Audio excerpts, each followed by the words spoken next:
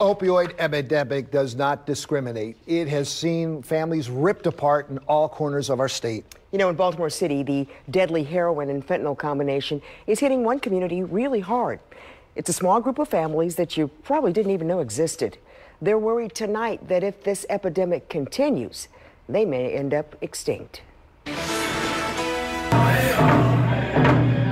When you hear the beating drums and listen to the traditional songs, you know this is a Native American celebration. Families from the Lumbee Tribe live and breathe among us in Baltimore. You'll see their presence on the east side of the city and in Dundalk in Baltimore County. But their numbers are few, about 2,500, and sadly, they're shrinking. We're a community that's really hidden, people will still ask if we live in teepees or, things like that. They don't think of Native people in a contemporary context. But activist Carrie Hawk-Lassard does. She works with Native American Lifelines, an outreach group connecting the urban Indian community with programs for things like mental health issues and counseling for substance abuse. And from the numbers, it's clear this small community is not immune from the opioid epidemic. We lost 2 Native people within the first week of November to opioid overdose. And then in December, there were 4 opioid overdoses. 2 of them were fatalities. It could have happened at my house. Rose Locklear's youngest sister, Ruth, was one of them. She overdosed December 15th in her apartment. I said, why would she do that when she knew that it killed our sister? 2 of Rose's sisters overdosed on heroin. Before Ruth, it was Wilma in 2013. She got clean during a 6-year stint in jail, but it wouldn't last. She was finally going to be home for Christmas. She got out in July. She died in September. That's her birthday. That is your... Looking through family photos and sharing memories of happier times, Rose knows the pain and loss. She, too, is a recovering addict, but she says fentanyl has changed the game. When I was using, I never heard of it. To be honest with you, I probably would have been one of the ones that died. Why you say that? Because I was using.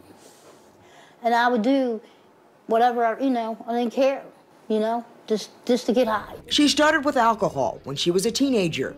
But Hawk-Lassard says the stereotype of Indians and alcohol has evolved, and not for the better. Here in Baltimore, because we're one of the epicenters of injection drug use, it was really easy for folks to access other kinds of street drugs versus just alcohol, and so we saw a whole lot of that. Now 4 years sober and clean, Rose has not only buried 2 sisters, but 3 cousins as well, all from drug overdoses. If you ain't never been on a highway of drug addiction, you can't judge anybody. Hawk-Lassard worries it's not only families like Rose's that will suffer, but ultimately her entire race. Our languages that are so in jeopardy, those cultural practices and our stories and history, they're going to die. And once they're gone, there's no resurrecting them. Our auntie, overdosed and died. And that just shouldn't be normal. It shouldn't be normal. As a people, we've overcome too much to let that be how our story is written. And Rose doesn't want your story to end like hers. I'm just grateful that I'm here, that I'm alive. And I want everybody to hear this. Please, if you got anyone out there that's using your friends, your mother, your father, your sister, please be supportive of them. Help them, talk to them, get them some help. Don't shut them down, because I don't want you to be like me.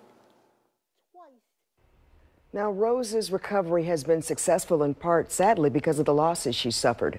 The Lumbee Tribe is hard for them to track as far as numbers because people always label themselves as other when they fill out documents for race. They estimate they have seen about 13 overdoses in just the last 6 months.